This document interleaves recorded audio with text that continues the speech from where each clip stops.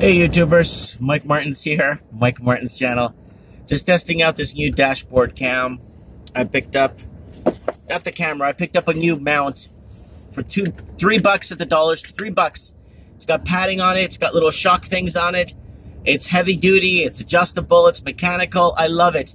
The other one I bought for $14 with the grip thingy, absolute piece of crap. Absolute hunk of crap. So I'm off to grab myself a coffee.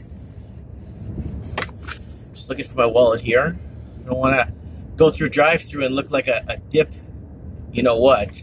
Anyways, so I received an article this morning where people in Vancouver are renting out closets or apartments the size of closets or rooms the size of closets for anywhere from $400 to $800 a month for a closet. And they're making it out like it's a huge deal. I think they should look at what happened in New Zealand. I don't know if you guys remember the article I read a few, I think it was a year now, where there was 40 people to a house living in New Zealand. I don't know if you guys remember that. There was roughly 40 people to a house living in New Zealand. And it was incredible. It was like a dog kennel. And they would discuss in the article how they would shower and they would split the rooms and how people got up to go to work and other people came back. You know what I'm saying? To how people came back when they weren't there, and how they had to... Hold on a sec. Let me place my order. Hi? Hi, what can I get for you? Hi, can I get a large coffee, 2 milk? 2 milk? Yeah. Is that everything? That's it? Okay, here's your bet. Okay. Did she say place your bet or move ahead? I think she said place your bet. She's probably working part-time at the casino. So she's probably confused. Yeah, so that in New Zealand, I was telling you guys what was happening, how it was like living in a kennel, literally, and people were being taken advantage of, paying $200-300 a person times 40 people. Do the math, how much the property owner is getting, right? Hi, just tap. Thanks. You too, bye. Wow, it's literally grade 9s working there. Grade 8s, like children. I was shocked when the girl handed me the coffee. She was no more than 14 years old. And the boy beside her was at least maybe 13, 14.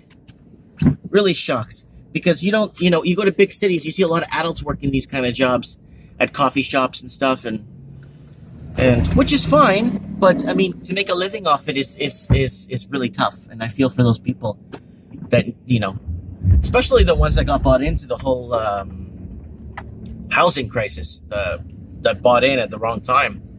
But anyways, so let's go back to, so I'll leave a link for the article below. I read it, I took a look at it. It's your typical, 10, 12 people to a house or whatnot, and a lot of people, getting duped by $850 apartment and stuff like that. And no, you see, it's not that things are getting more expensive. I don't think that's the case. I think what the case has been the longest time is that our money is not worth anything. Because if our money was what actually had value, a lot of things would be a lot cheaper, right? If our dollar was more stronger.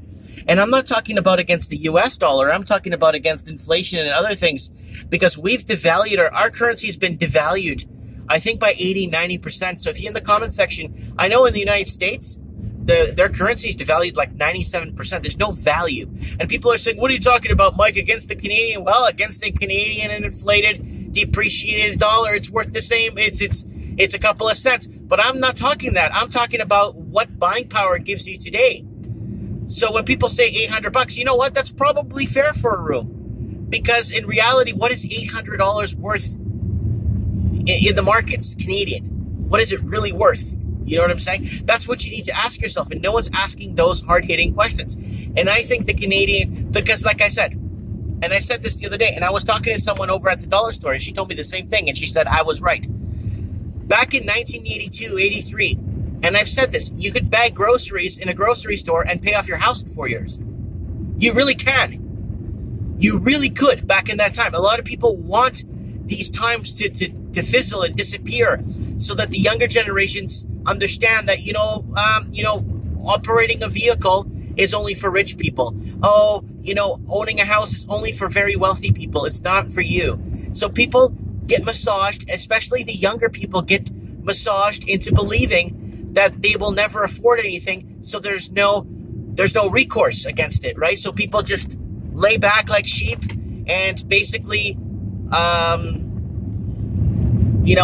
just take it how it is, which is supposed to be how it is. So $800, I think it was for a room. I'll leave a link below for that article. I want to know what you guys think. I'm not in shock at all, because it's what is $800 worth in the grand scheme of things? You've got to ask yourselves that none of the hard-hitting questions are ever being asked. Why do you think the bank never gives you a return on your deposits? Do you remember back in the day when you ING Direct Save Your Money? They used to give 4.5% on an orange account. So if you had $1 million, you'd make $45,000 a year in interest. If you had $10 million, you used to make $450,000 a year. Hey, that's good enough for me, man. I don't have to buy 5-6 houses and then wait for them to go up and try and see if I could get some money back in property taxes and repairs and complaints and underlying taxes and bulk. Screw that. I'd rather have $10 million making 4.5%, no money in a risky stock market, no money in you know what I'm saying? And make $450,000 a year off $10 million. Those were the days. But now those days are gone. I remember when the bank was lending at this is when I was a kid, the bank was lending at 5.66% and they were paying out 5% on your money. I still remember those days. But now that no one keeps money in the banks and they keep money invested in real estate, or they have their money tied up in other investments, that's why, banks are suffering, because there's a runoff on wealth. No one's putting money in their bank accounts anymore like they used to. And when you don't put money in your bank account like you used to, guess what happens? The poop hits the fan. So yeah, I'm just driving home right now. It's early in the morning. I woke up. It's Sunday morning. I woke up because I had to get my sidewalk shoveled in front of my store, because I'm closed Sunday. So I just went, unlocked the doors, make sure everything was working fine. Shoveled the walk, salted, and that's it. I said, I'm going to go up to the dollar store and grab myself one of those clamps for my phone, in which I'm very happy I did, because this baby sits on my dash so nice. It's kind of bumpy because the roads are icy and full of snow. It is plus 3 degrees though, so it is plus 3 degrees centigrade. So it's not frozen outside, which is a good thing. But that's what I wanted to talk about. It's because, when you start giving away money and interest rates are low, and you start giving these stimulus packages, and people start reinvesting, it takes a toll on the non-investors, because it's the non-investors that get basically bootlicked. The ones that really the ones that really feel the punch. It's sad. But yeah, I missed church this morning. I should have gone to church. I should have gone, but I was up, and my son Antonio was really sick, and it was really hard. He's okay now. He's playing now. Everything's okay. But last night he had a bit of a fever. He wasn't feeling well, and I kind of felt for him, and I kept holding him all night until he fell back asleep. And then when he woke up again, I'd pick him up and hold him again for about 40 minutes, and then until he fell back asleep. And I just took care of him, making sure he was okay. And then and that's that.